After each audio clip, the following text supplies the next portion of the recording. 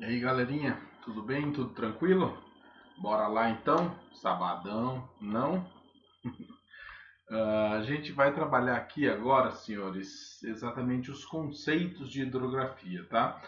Então, essas questões aí, esses conceitos, a gente pode trabalhar tanto em uma pergunta, né? Tipo assim, quais são os regimes de um rio, ou então na descrição de um rio, se eu pegar e falar tal rio que tem um regime fluvial, você precisa entender o que, que vem a ser isso, tá? Então, logicamente que é de extrema importância, né?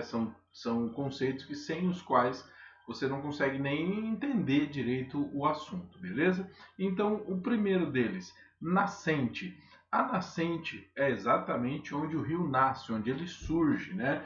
É o início do rio. Então, logicamente que o rio, como ele é composto por água, a água só desce. Então, você nunca vai ter água subindo, né?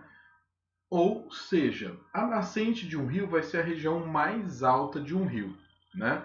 Então, devido a isso, a gente vai ter próximo à nascente a água com maior velocidade. Como a água está mais rápida, ela vai ser mais eficiente para transportar sedimentos, né?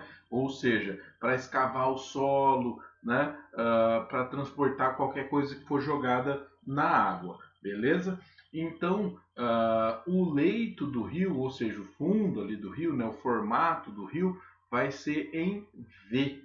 Então imagina assim, ó, aqui é o solo, né? E a água está passando aqui. Então, devido a esse processo de escavamento que o rio realiza, o formato do leito vai ser em V, beleza? Então, ó, na nascente a gente vai ter maior velocidade da água, maior transporte de sedimentos e o leito com formato em V. Tranquilo? Na foz. A foz é o fim do rio, né? A chamada desembocadura. Por que desembocadura? Porque ele desemboca ou em outro rio, ou seja, ele chega ou em outro rio, ou então no oceano. Beleza?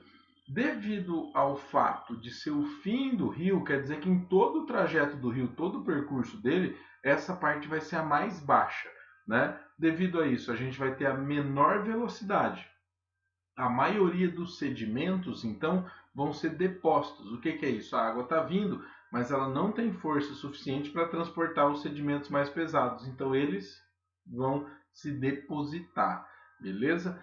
Isso não quer dizer que todos os sedimentos se depositam, porque senão o rio ia ficar tipo fechado, né? O rio ia fazer uma barragem nele mesmo. Então, logicamente que a maioria dos sedimentos vão ser depositados, alguns outros continuam sendo transportados, beleza? Essa menor velocidade e a maior deposição vão fazer com que o rio tenha então seu leito com formato de U, né? Porque ele vai ter então mais sedimentação em seu fundo, beleza? Então olha só, na imagenzinha, ó, a nascente, a região mais alta, né? E aí a gente pode dividir também o curso de um rio em três. Essa aqui, ó, esse curso, essa parte do rio seria o curso superior ou alto curso, tá bom? Aqui nessa região, tá? Só tome cuidado que essa imagenzinha pode trazer algumas confusões. Tipo assim, aqui parece que tem uma subida, né? Não tem. O cara só trocou aqui a cor e tudo mais para fazer essa diferença, né? Mas então, tipo assim, a parte mais alta é aqui, a mais baixa tem que ser aqui, necessariamente, tá? Não tem subida, nada aqui não. Esse aqui seria então o curso médio do rio. No curso médio, a velocidade da água vai ser mediana, a quantidade de sedimentos que são depositados e transportados também é mais ou menos, tá bom? Tudo no médio é tudo meio, tudo mais ou menos. E aqui a parte final do rio, que é a foz, então a parte mais baixa. Detalhezinhos aqui para você. Se você fala que você está indo em direção a montante, quer dizer que você está indo em direção à nascente do rio, né? De montante, lembra de monte, montanha, ou seja, lugares mais altos, mais elevados, que é assim como é a nascente de um rio. A jusante quer dizer que você está indo em direção à foz do rio, ao final do rio. Beleza?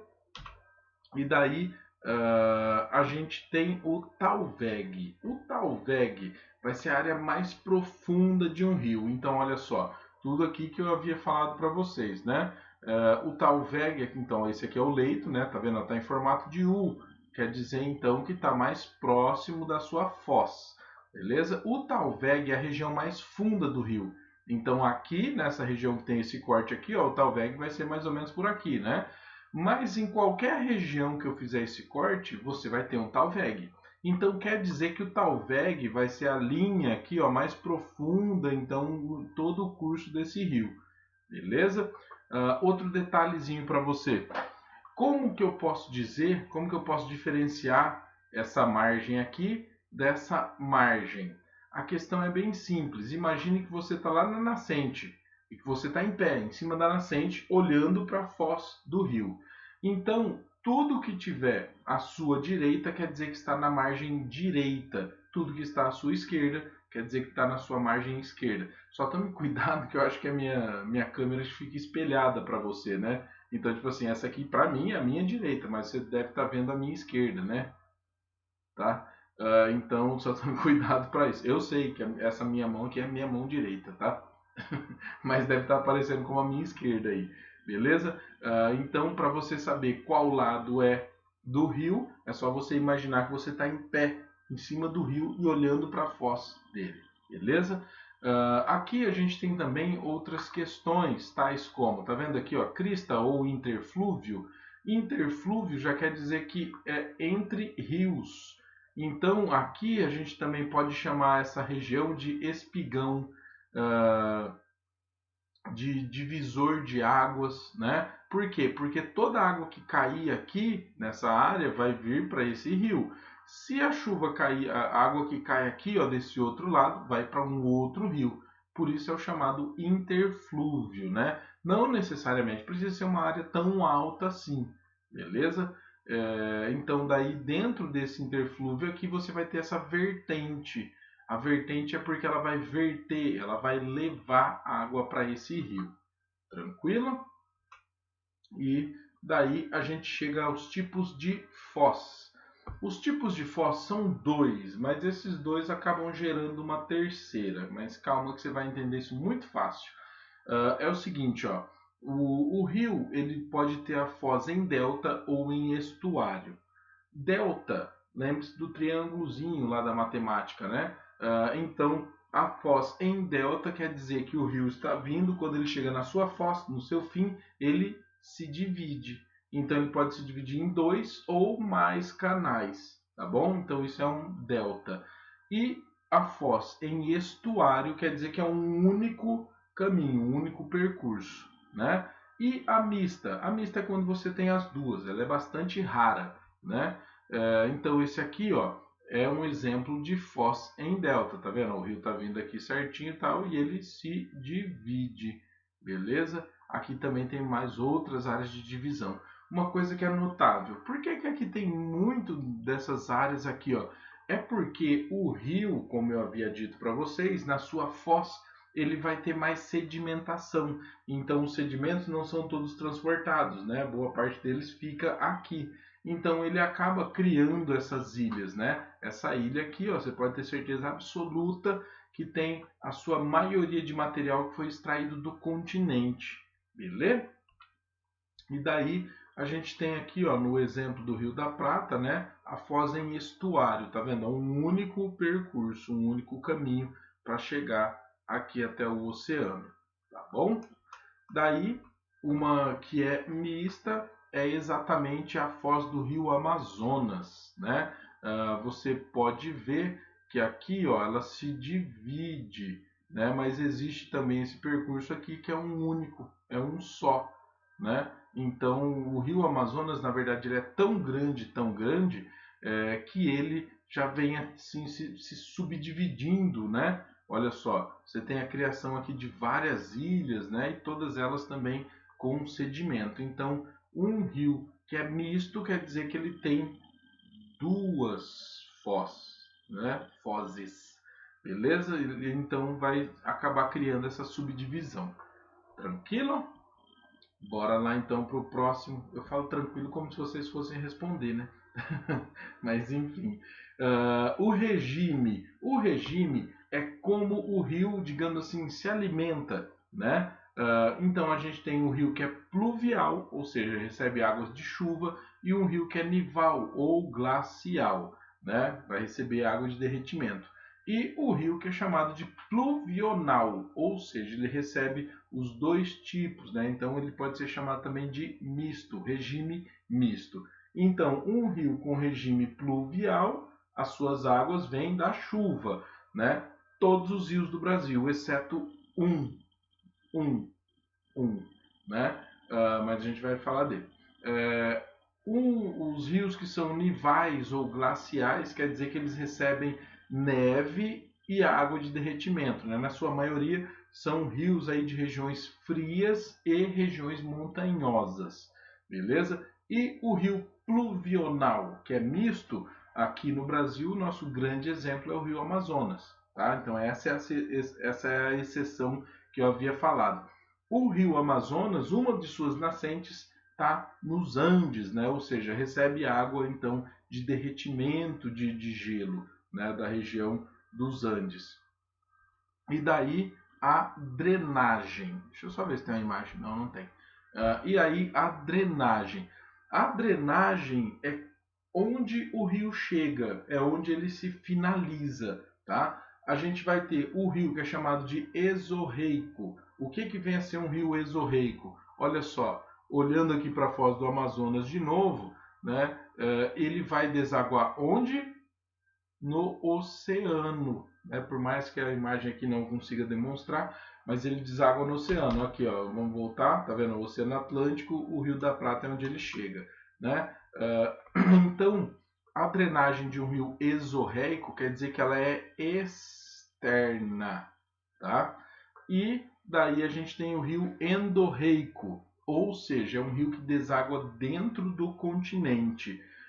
Para você pensar em um rio endorreico, é só você imaginar, por exemplo, o rio Tietê. O rio Tietê, né, o mais louco de tudo é que tipo assim, ele corre pro interior do estado de São Paulo. E aí você até pensa, fala, meu, mas onde esse rio vai? Então, se você imaginar todo o percurso do rio Tietê, ele vai acabar então se conectando até chegar lá no Rio da Prata, né? Então a foz dele, no final dela, ela é exorreica. Mas o rio Tietê, só ele é endorreico. Ou seja, ele vai desaguar dentro do continente. Beleza? A gente tem também rios que são chamados de arreicos. Né? O que vem a ser isso? Isso é um rio que ele tem o fim dele meio que sem definição. Então, na verdade, esse tipo de rio ele só ocorre, né, esse tipo de drenagem, esse tipo de final aí de rio, só vai ocorrer em rios que são temporários, ou seja, rios que secam, que desaparecem. E isso vai ocorrer em regiões desérticas, tá bom? Desértico ou semiárido. E aí, um outro que é bem mais curioso, né, do que tudo é o criptorreico, ou seja, o rio está vindo aqui e de repente ele sumiu. Mas para onde foi esse rio? Se você for analisar, ele desceu, ele entrou no solo. Como que isso vai acontecer?